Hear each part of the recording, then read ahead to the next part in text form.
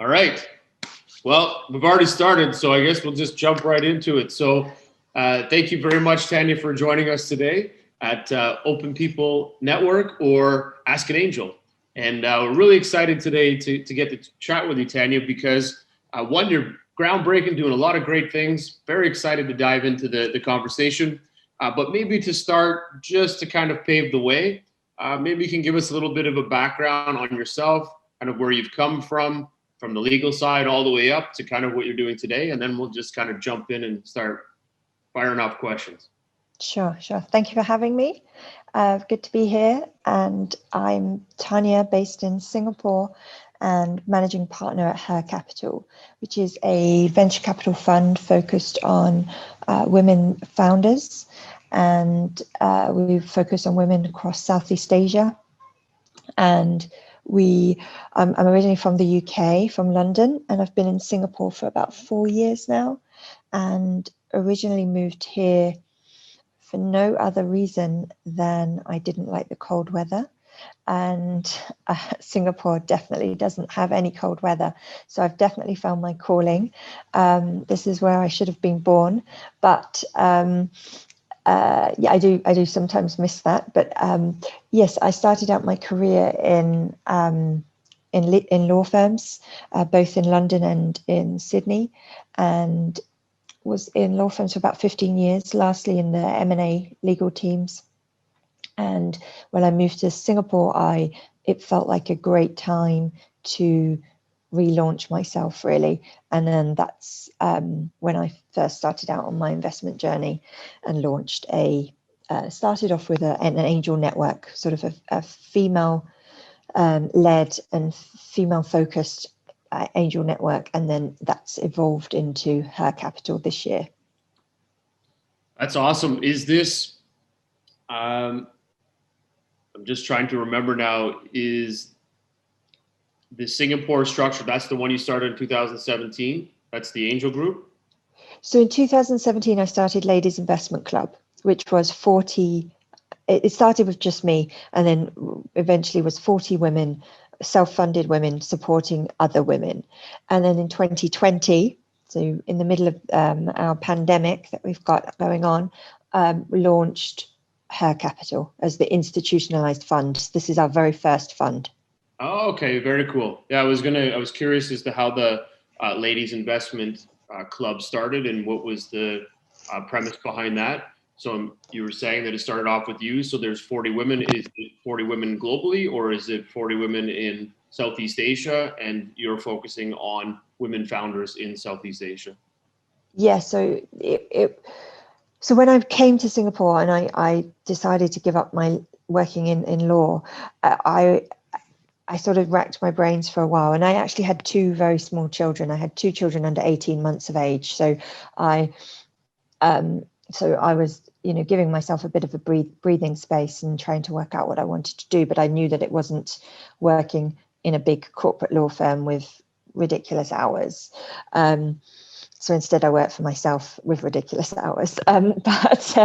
I set up Ladies Investment Club because I made an investment personally in Singapore and really enjoyed. It was my first ever, I was dipping my toes into the sort of business world, and because what you find with a lot of lawyers and people that work in big 4 accountancy firms or big legal firms, they're rather institutionalized and not always particularly very commercial.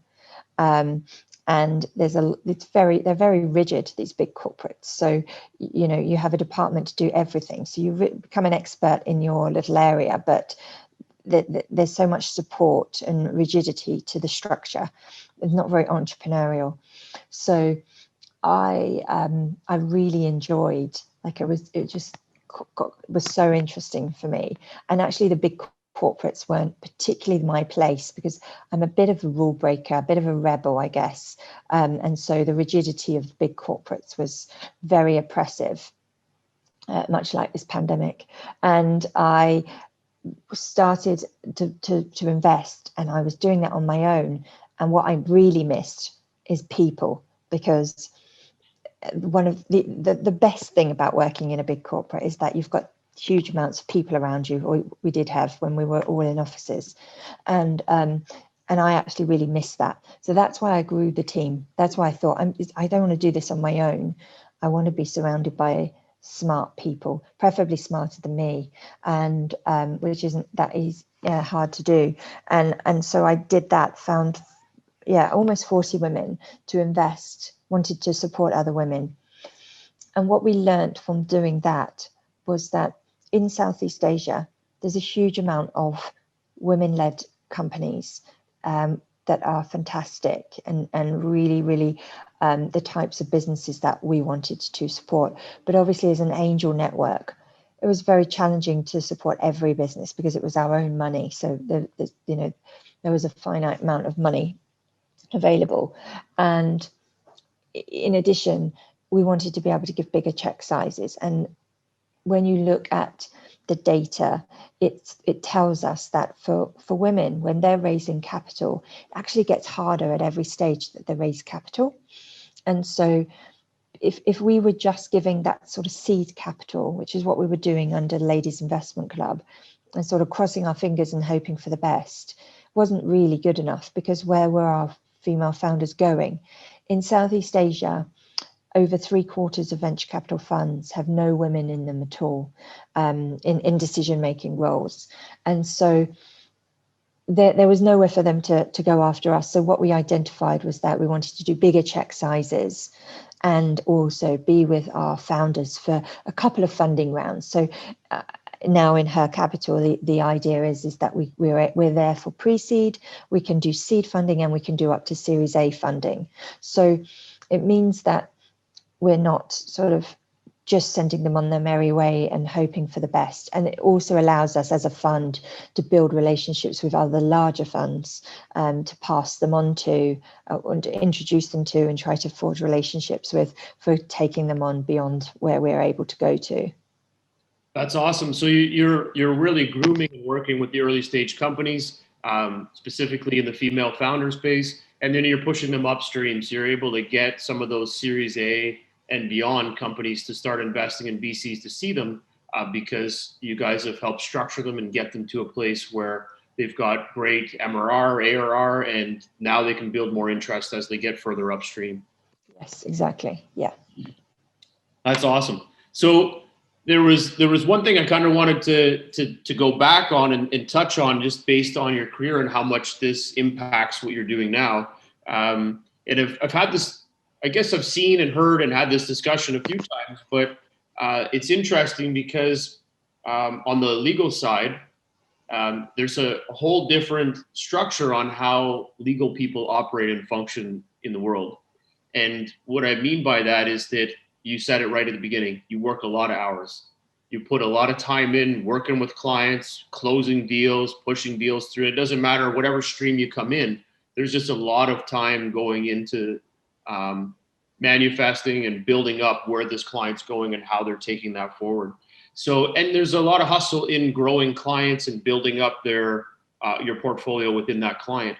How much of that structure that you spend 15 years working through, how much of that do you transfer into helping these startups kind of get on the ground and realize, like, you need to work that client, you need to work with them, you need to help them better understand what they're trying to get into here so that you can grow your MRR and grow over time? Does any of that kind of hustle and long hours transfer into what you're working with on these female founder sides?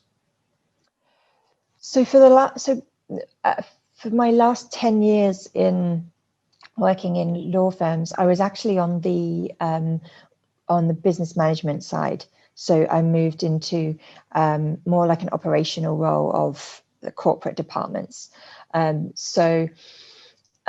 But what I would say is that, and that actually was pretty useful skill set wise with what I'm doing now.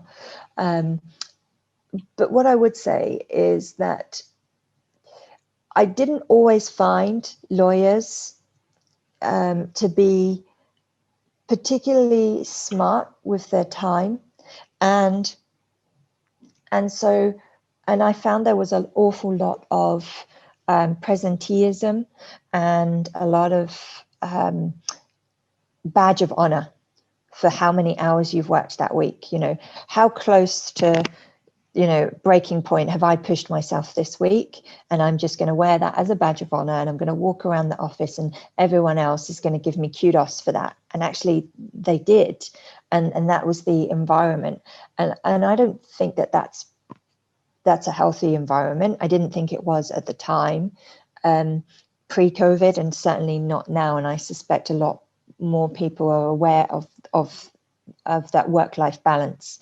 And that was in London and Sydney that happened. I always thought when I looked at Australia, I was like, I'm going to be on the beach by 3 p.m. I'm going to be, you know, a beach bum. I've never worked harder than when I was in Sydney, actually. And so what I have taken away from that into my my sort of second career, I guess, which is the fund, is that I don't believe, and I wasn't seeing the best work from people that put in the most hours. And I know that traditional venture capital definitely has that. Do you have the grit and the determination, and can you almost kill yourself because that's the people we want to invest in? That's not really who we want to invest in. And I think women, generalizing statement here, but women do tend to be a little better at that and care a little less about that badge of honor than I see men do. And I think that for us, mental well-being, mental health and support, we're always acutely aware of our solo female founders, for example, the sheer amount of pressure and the additional support that we want to give them, not because they are not good at execution and delivering on what they're doing in their business, but because it's really a lot of pressure on one person to be doing everything. And so we make sure that we're there for them in that way. So I've learned a lot about how not to do things from my law firm days, for sure, that I use in this, and I apply to our founders as well. Because when I see some of our founders who say, oh my goodness, I haven't slept and this happened and now I've got to fly here, you know, pre-COVID, and I've got to do this and that, it's like, okay, let's actually, I'm always a big fan of like paring back.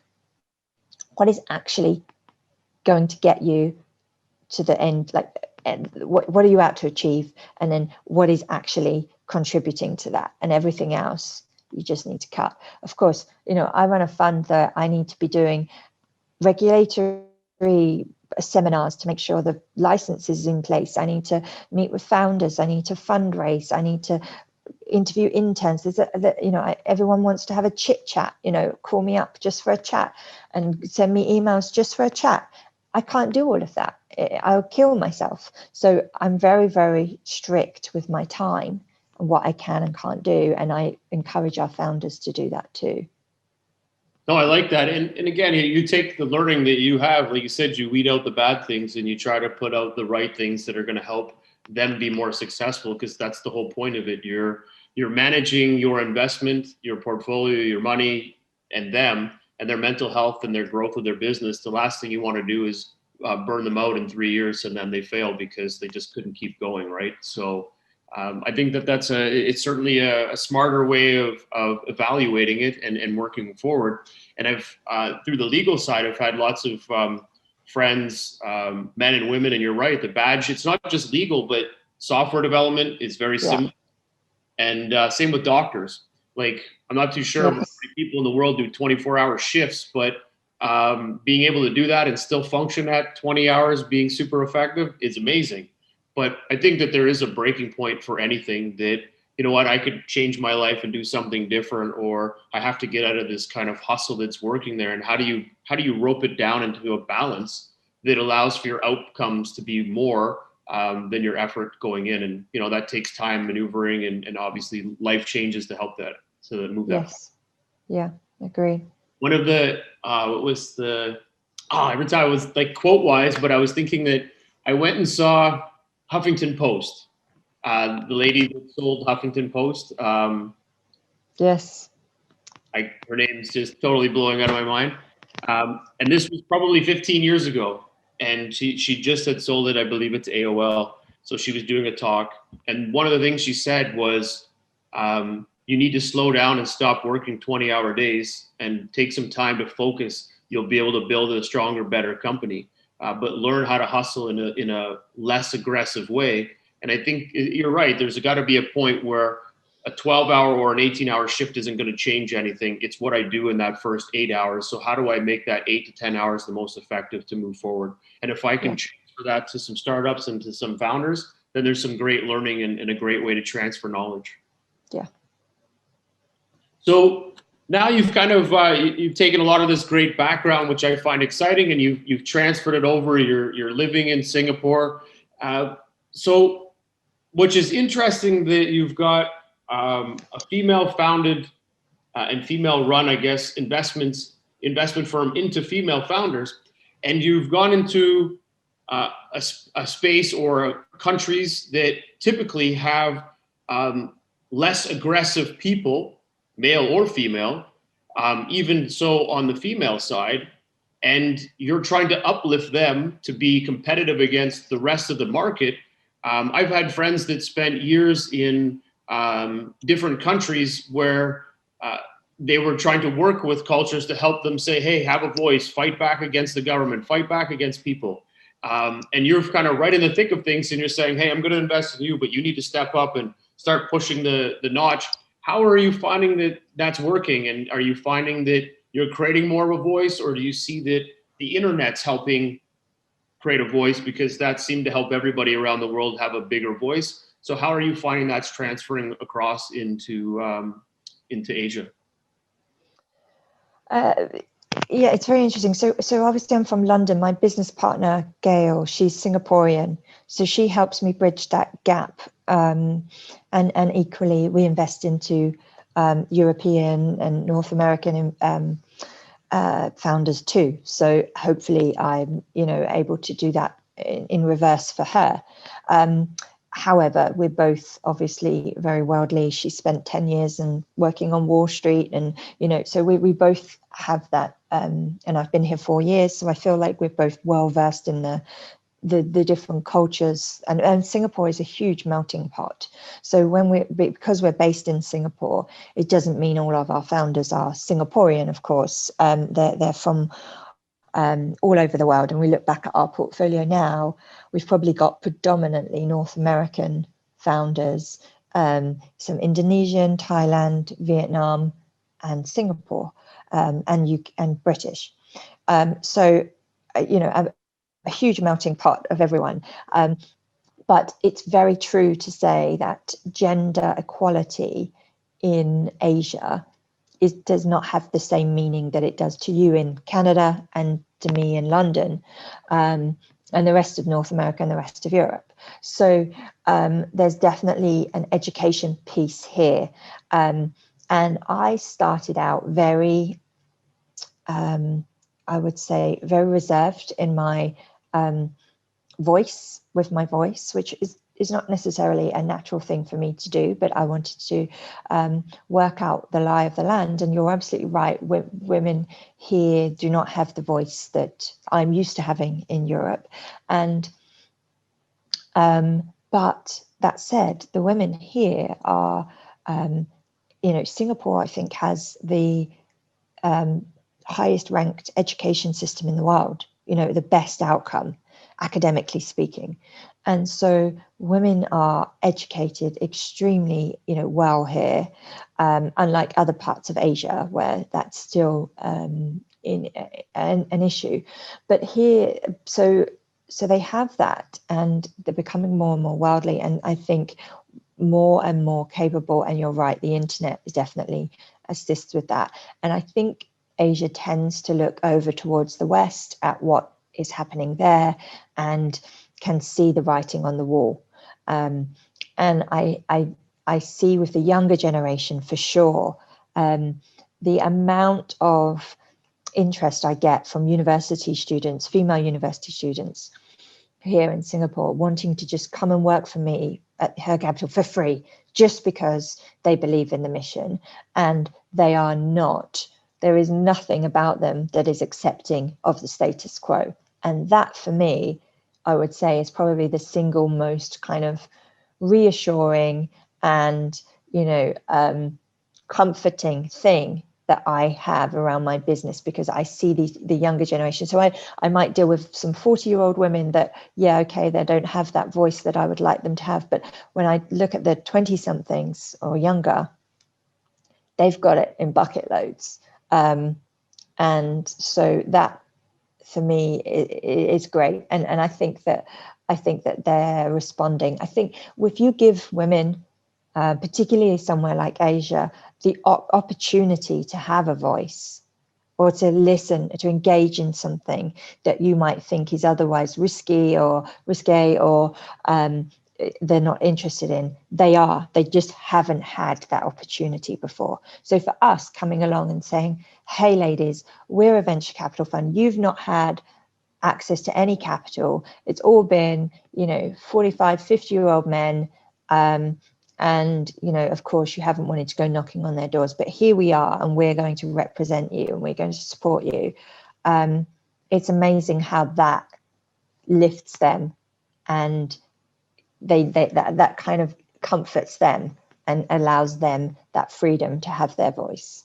Well, it's a vote of confidence, right? And sometimes Yeah. you just need a little bit of support from somebody else, and it probably does help that.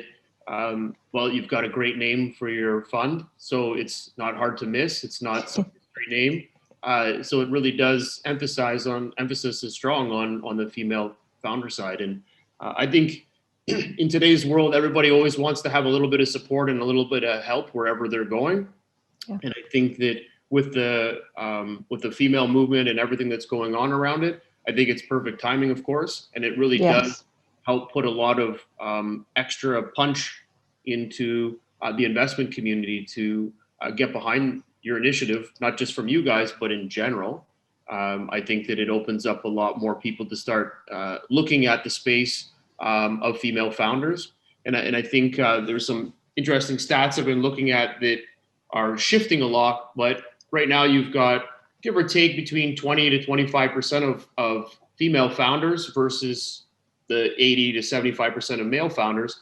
And that's slowly starting to change, just like industries that were in medical, where it was all male dominated in the 70s and 80s. And now males make up like 5% of biotech and health tech, and it's all been female dominated. So you'll probably see the same thing in the next 5 to 10 years, that it'll pass that halfway mark, and it will eventually surpass, because there's a lot of reasons. I think you've stated a few in your past interviews and stuff, that a lot of female founder companies generate more cash flow. They generate more value to customers. And from the investments we made, and including with females, I find that is true. I think that there's a lot more methodical stuff that gets in behind the female founder, which I think you talked about some of those before, which they may not have the voice, but they're meticulous. They know how to balance time. They're multitaskers. So there's so many great things that maybe people are too blind to put time into, to understanding different cultures, different people. But I think that that's a real big plus on what you guys are looking for and really driving into, that you're getting a real full tool belt of somebody that has great experience that can really drive a business and make it profitable, instead of just taking money and who knows what's going to happen. Well, that's right. I feel like in the last few years, like running a profitable business became like a bit of a, oh God, that's not good. Like, that's not what we want. Like, you need to burn cash. Go burn cash. You're not burning a profit. Go raise some more, increase that valuation. Yeah. It's utter madness is what it is. It's utter madness. And women do tend to build those businesses that are aimed at profitability, sustained profitability, and moderate growth. And we back those businesses as much as we back those ones that, are heading towards an IPO. So it's about a mixed portfolio. But for me, that just means, for me as a founder at Her Capital, is that this is just a huge opportunity, because like I feel like saying, well, no one else is looking at this. Like, this is like, why?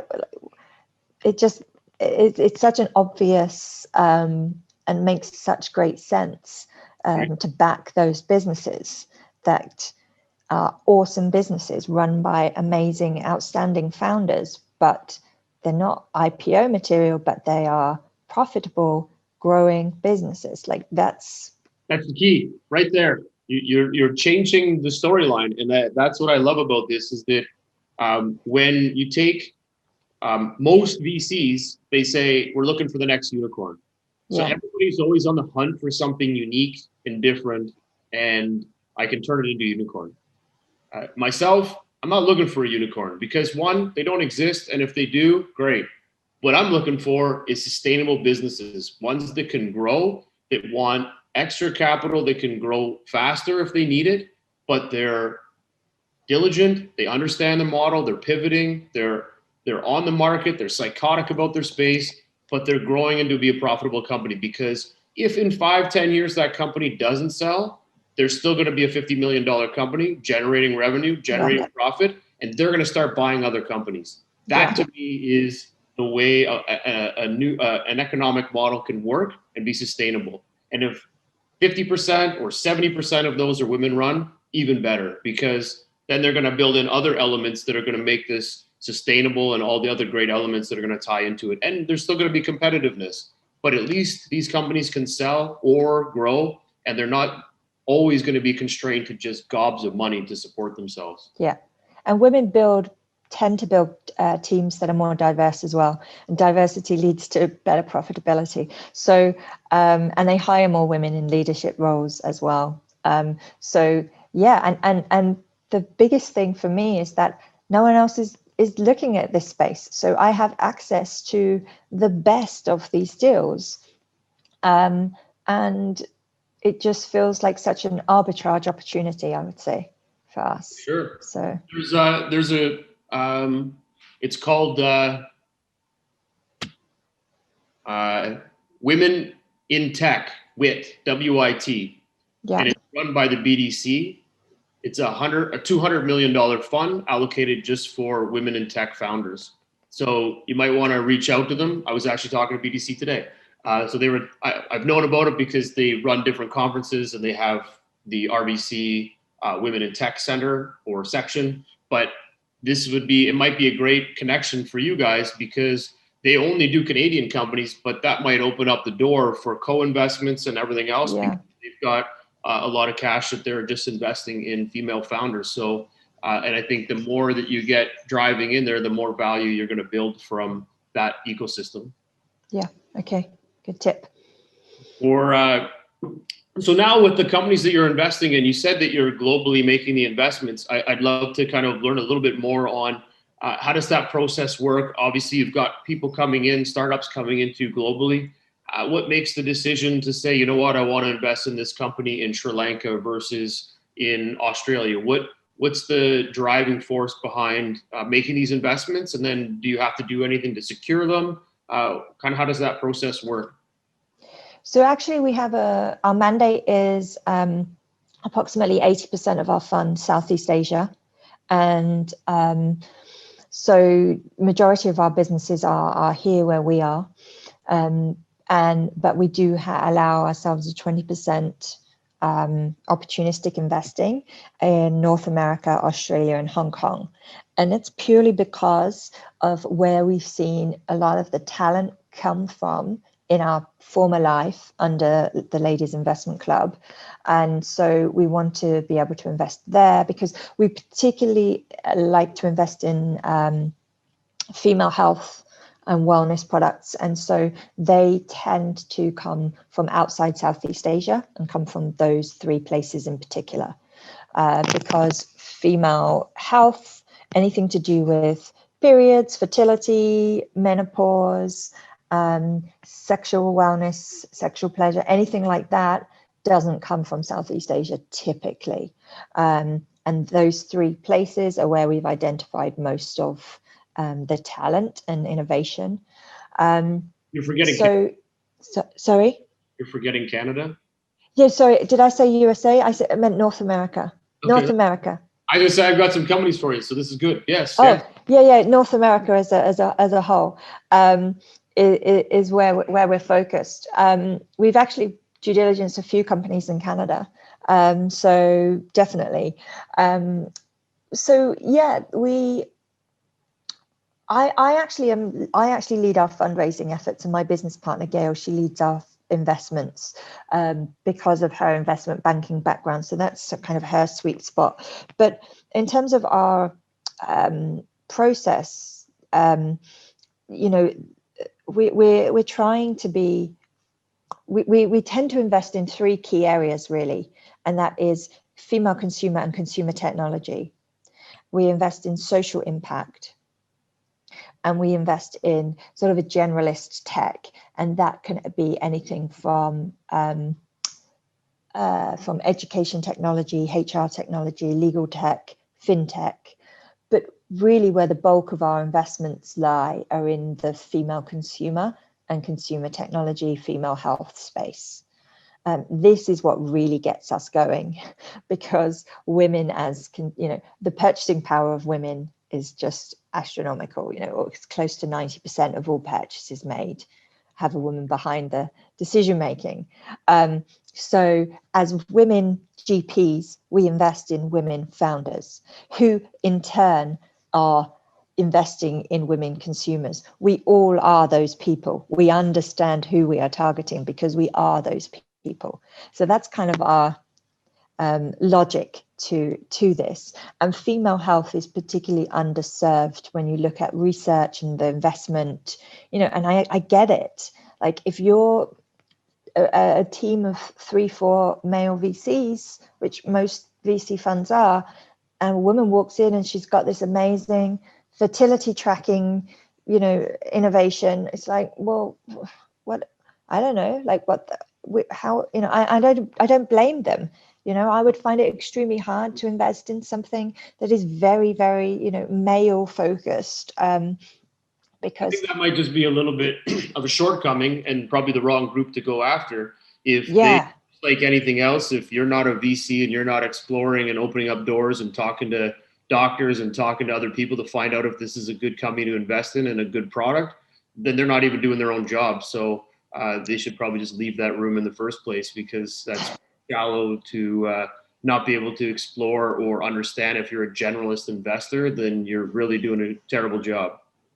But I agree. But I guess what I'm saying is I understand that, that takes a lot of extra work. When we come across a deal that's in a space where we've never invested before, we have to think very carefully about, do we have the capacity here to really dive deep into an industry that we've not invested in, versus if we invest into another if we invest into an STI home testing kit or something like that, we kind of have done that before. We understand the space. We're not experts, but we understand that space.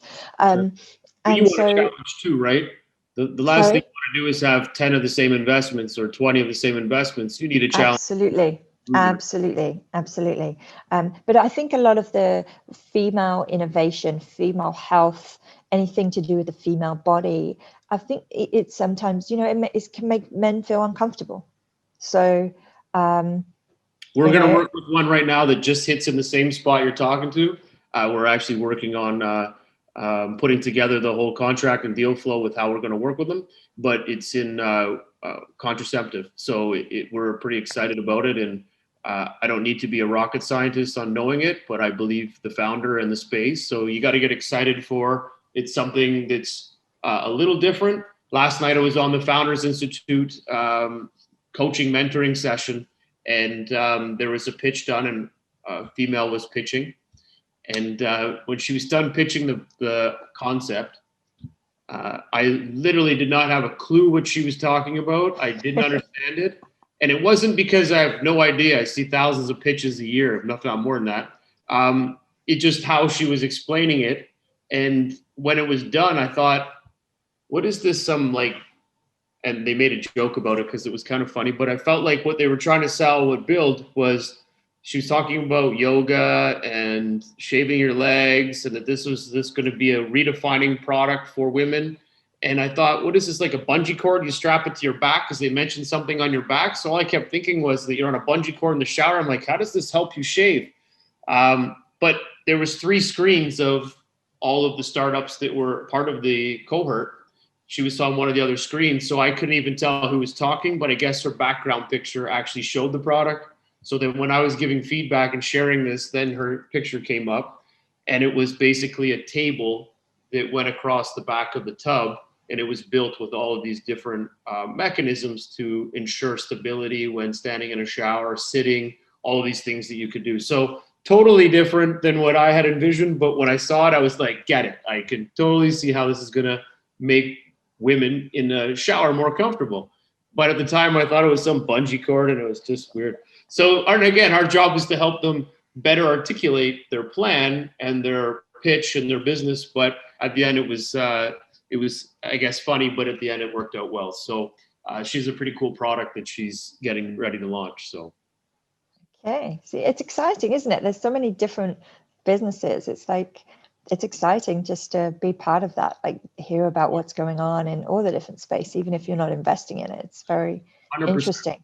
For someone like me that gets bored very easily, and I need like a lot of stimulation and be learning a lot. It's great. 100%. Yeah.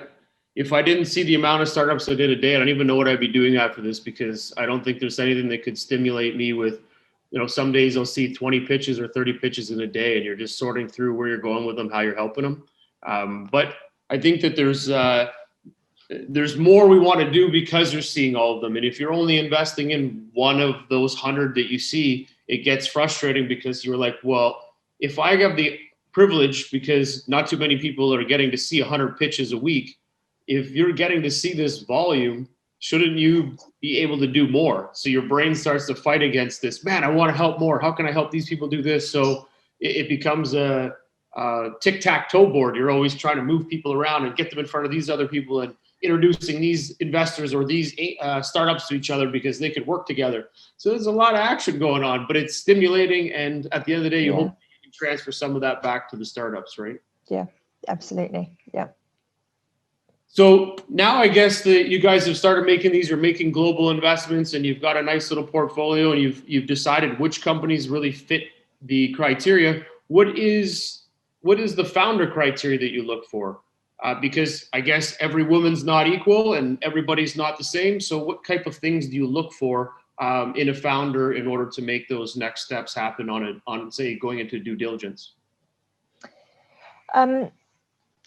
So I think there's a lot of different things, different parts that make up an outstanding founder for us. And Gail, my business partner, and I have different views on this, and we look for different things. And so that's why we both work and are complementary to each other. But for me, I really look for, and I can see that this is working for me, because when I look back at my portfolio, the companies where I applied this and it and I use this criteria is paying dividends now, and that is my ability to build a personal relationship with that founder is really important, because bearing in mind we're investing usually a pretty early stage, so it's not like we can say give us your last 3 years financials and etc., and let me dive deep in those. It's actually yes, we look at the forecasting, but it's and the market, all those typical things, but in terms of the founder, it's very much for me, do I like you? Can I work with you? Do I want to sit on a call with you every couple of weeks? And do I want to have a coffee with you? And does that translate into you being able to attract and retain amazing talent in your business? That's really important. I've met some founders that look to me like they're building great businesses, would never want to work for them, and wouldn't want to really spend a great deal of time with them. And I just think, well, I actually have the privilege here of this being my own business, and I can choose who I want to work with. And I don't think that you have the capacity to attract and retain great talent, and therefore that's going to be your Achilles heel. and a big one in a small business. So that for me is super important. And of course, that vision, right? That and that's not going back to our sort of burning yourself out point. It's not about looking for founders that are going to work 120 hours a week. It's about looking for founders that that are super laser focused on their goal, their objective, whatever that may be, whether that is to head for an IPO or just to grow a team to 50 people and to have a profit of X or whatever.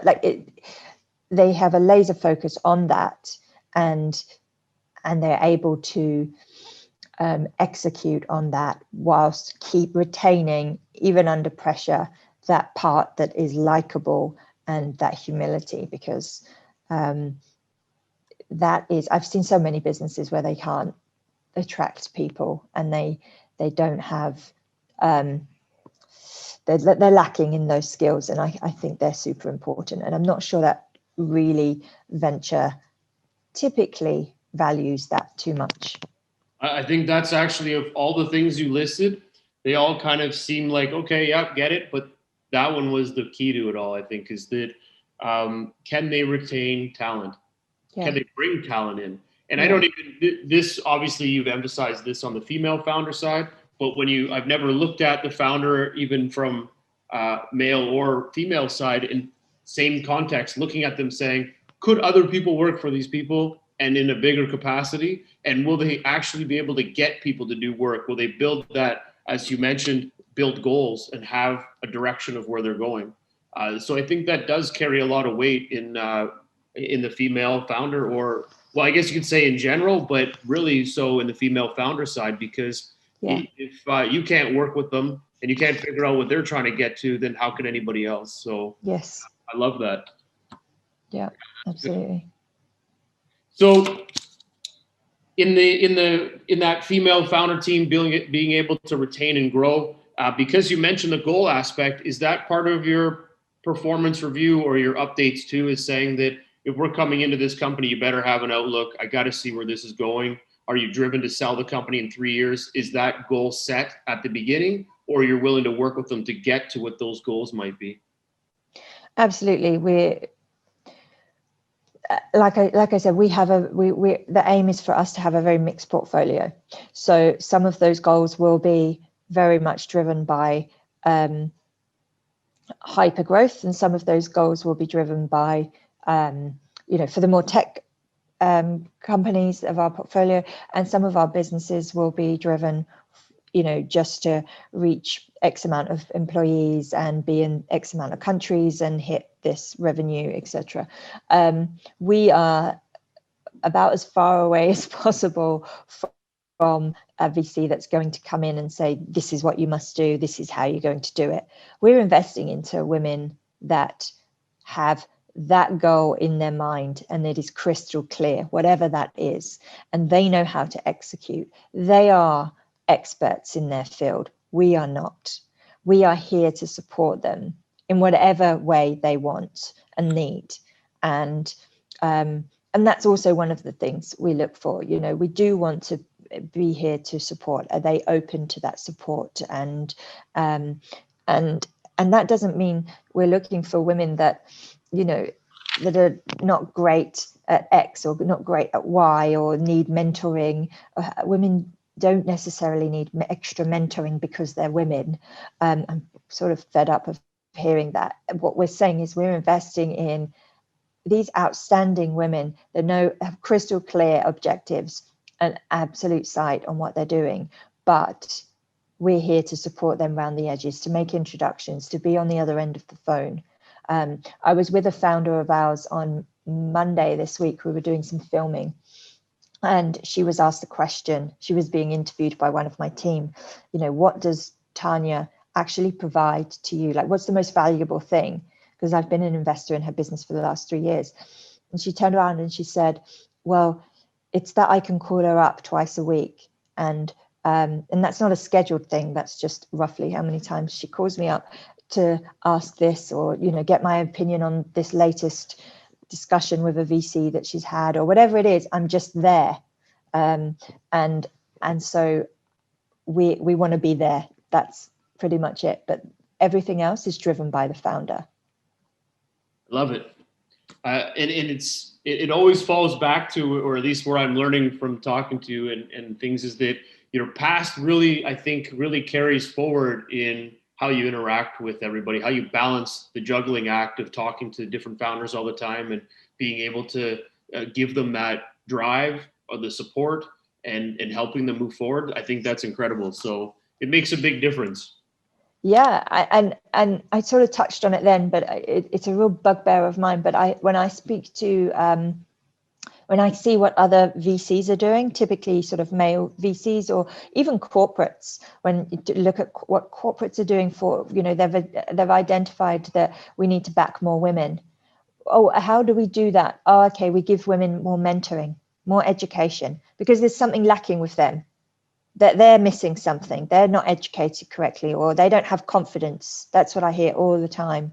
So we're going to give them mentoring. So our contribution to addressing SDG 5, gender equality and gender diversity, is mentoring for women. And it's like, really, how about just some investment, like equal access to capital? That it's no more complicated. Sorry? I think you reverse it on them and tell them that they're the ones that need some mentoring and coaching on how to actually interact and work with everybody, instead of trying to put the onus on the other culture or people that they're the ones that are inefficient or deficient, when it's actually the people probably talking. Yeah. So I think that, and I was thinking this while you were saying this, I'm trying to figure out, is there a balance somewhere in here? It's not broken down by gender. I think that's a terrible metric to use.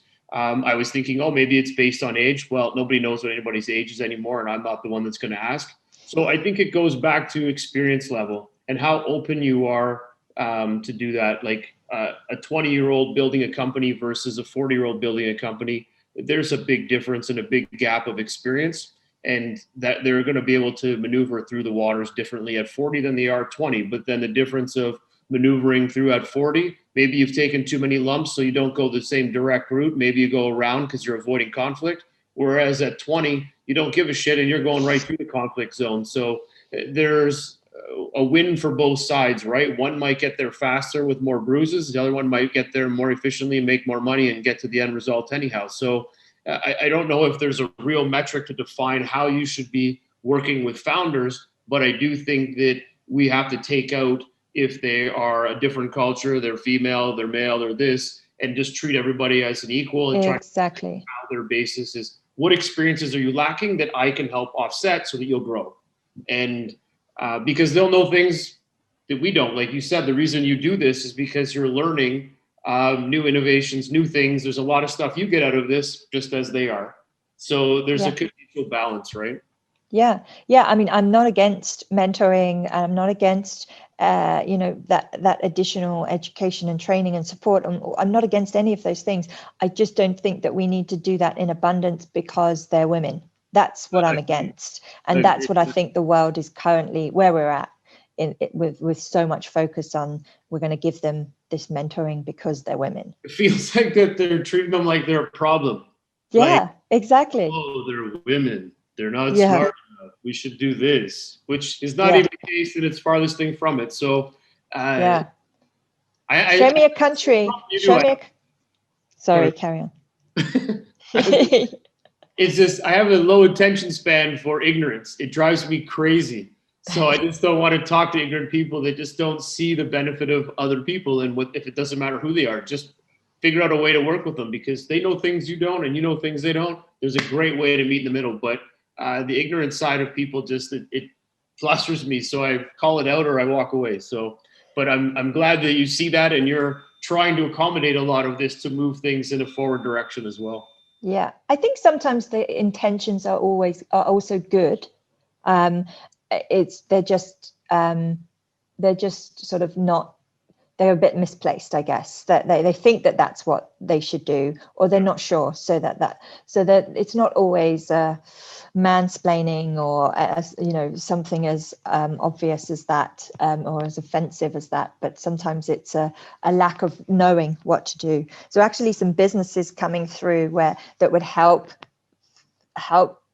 like VC, financial industry, corporates, whatever, to navigate this in a better way, Yep. I think would be a great business. Oh, totally agree with that. I saw a post on LinkedIn, and it was, we're looking to diversify our board of directors. We're looking to have people in, I think they may have been refined and said people that were like Black people or something like that, people of color to apply. And someone's like, do you really think you're solving the problem by opening up a board seat and defining that you're looking for someone of color to fill into this? You guys need to revamp your whole outlook on how life works and your business works, because that was the dumbest thing anybody could post. Because I like to read the comments. And I completely agree. I was like, yeah, man, that's terrible. But again, no one knows. They're trying. They're trying. And they're trying to adapt. And I give them try points, but they should probably ask some questions and talk to some other people to get some better feedback on how do I approach this to get the success I'm looking for without making it offensive or the wrong way to break the ice. So yeah. And when you look at women, find me a country on this planet where women do not outperform men at education, at university, at school, like academically speaking. There's not a lack of education or a lack of that, intrinsic intelligence. It's not that. Agreed. So we don't need it. I completely agree. And everybody can take some time to read something, review something, and learn something. So I don't think that there's any CEO in the world that's not up for the challenge and task of figuring out something new to get over the hurdles. So I'm not sure that those are always the right answers. But all right, we're going to move to the rapid fire questions. But I have to, which I've never done before, I need 1/100 of a second because there's a beeping going in the background and I need to turn it off. So give me 1 second.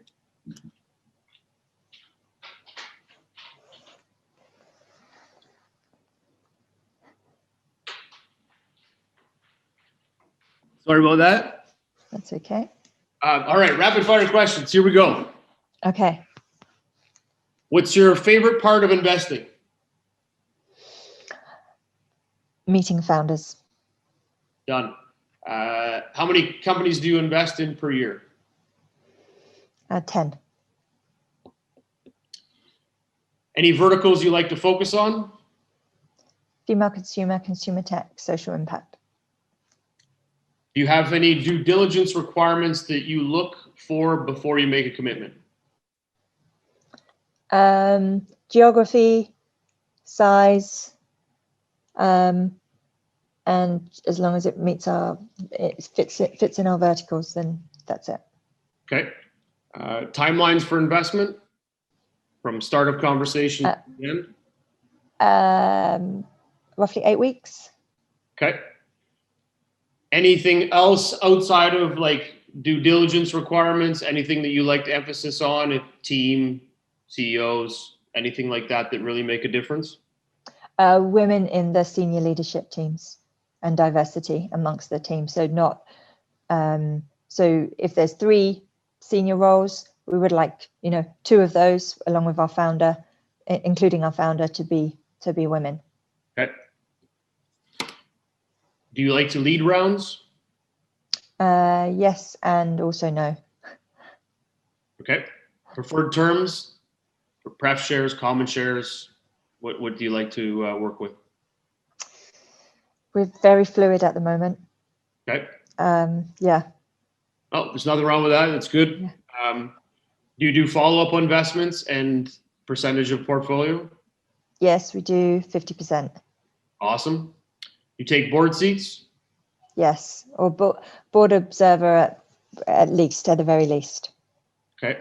And is there anything outside of, and you've talked about a bunch of things, but just to wrap it up, is there a bunch of other things that outside of money that you provide to the startups? So much. And actually even our LPs have the option to get involved. I was speaking to an LP this week who said, we invest in female health. She's a doctor. She said, can I have access to, can I support some of these businesses? Absolutely, you can. Of course, we love that. So some of our LPs will likely take board observer seats in some of our portfolio. A large number of our LPs are women, and I think more often than not, they want to give something more than their money, which is usually their time and expertise. Awesome. There's another female group that I just thought of that you could look at. They're in Toronto. They're called SHEO, SHEO. My business partner is already there. She's in the team. Oh, okay, perfect. Yeah. Pretty cool. Then I don't need to tell you about it then. So they do a lot of stuff with female founder raising and helping put the money into female founders, the government, all this stuff. Okay, cool. Well, awesome. See, you're already in the ecosystem. You're already part of the Canadian side. I love it. All right, so now we're done the rapid fire questions. Now the next question is, and what we look for is kind of like this, it's like a heartfelt story of, you can't believe that the founder came from this and they were able to make this happen, or the reverse, it didn't happen the way we wanted to and things didn't work out. But just looking for a story where founders can kind of feel the pain, they understand what people go through, but sometimes they don't get to hear the war stories. They don't really understand what someone goes through. And maybe there's a story that comes to top of mind and you were like, this girl did this, and then it took off like crazy. We couldn't believe it. She almost was bankrupt, or whatever it might be, but just some great heartfelt story that you really think was amazing. Yeah, okay. The thing is you'll find that almost every founder has a story like that, whatever it may be. So I could think of many stories, but one is a founder here in Singapore that we invested in, and we invested in an e-commerce marketplace, and she's been plugging away at this business for 5 years, and it was in a very challenging place. Built the technology to actually power the website, because the off-the-shelf products weren't up to the job of what we were selling, i.e. the marketplace. So built the technology ourselves, and ended up with not just actually elevating the very core business that we had built the technology for, but actually having this product that we could sell as a SaaS solution. And so we went from, a challenging place, a very challenging place. I chat to this founder an awful lot, and she's fantastic, to now building this product. And then I primarily built for the hospitality industry, and launched at the beginning of this year. What happened at the beginning of this year? The hospitality industry disappeared as we know it.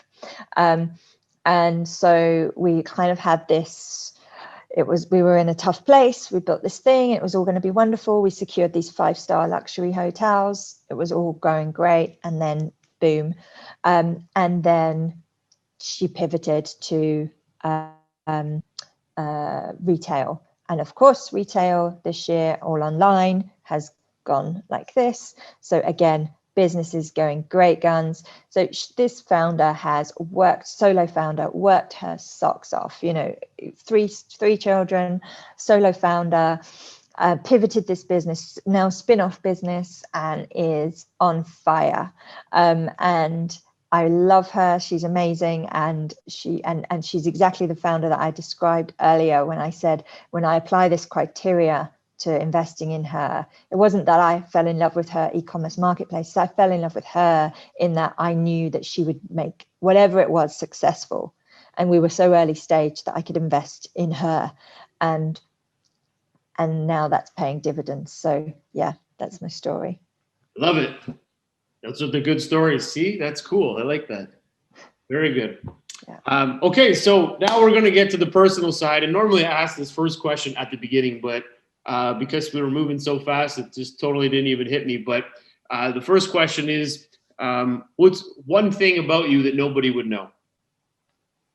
Oh. I'm a fantastic hula hooper. Done. That will be a first. I've never heard that one, so that's good. That is good. And the reason why I do this is because I like to, in all the classes and everything I do, I always ask this question, because you mentioned it earlier, but it's we all have shortcomings. My shortcoming is I'm terrible with names, but I'm very good with details. So I will always remember stats and numbers. Well, I'm not going to call everybody you're number 1 and you're number 5. That doesn't really work. But if I get some sort of description, it allows for me to remember who that person is. So use that to go around. So then I'll be like, oh, the person that was an amazing hula hooper. She's in Singapore. So that's how you're going to remember me now.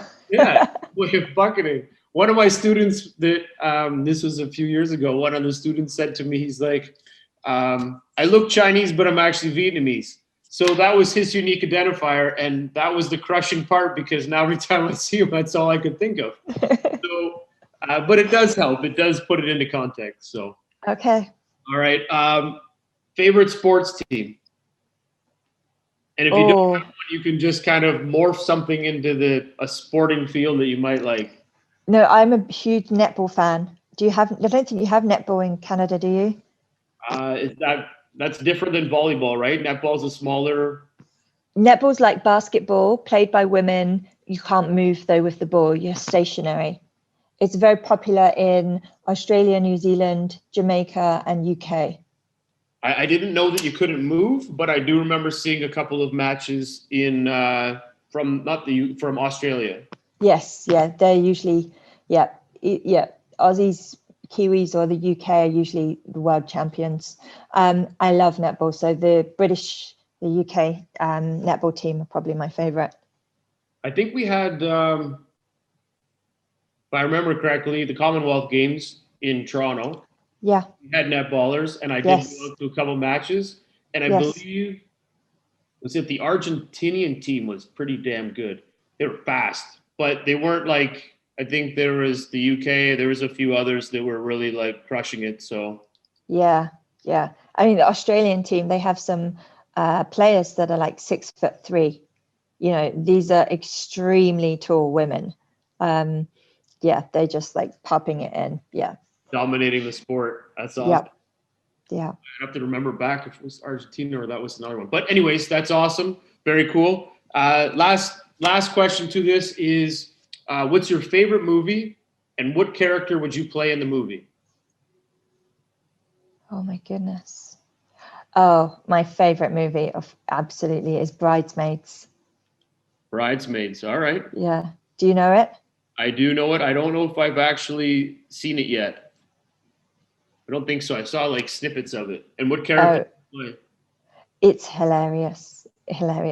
Well, the main character is a bit of a goofball. Like she messes up a lot, but then she comes good. You know, typical story. I think I would play the evil woman that's trying to steal her best friend, who lives in the big mansion and gets to wear really nice clothes and drive nice cars.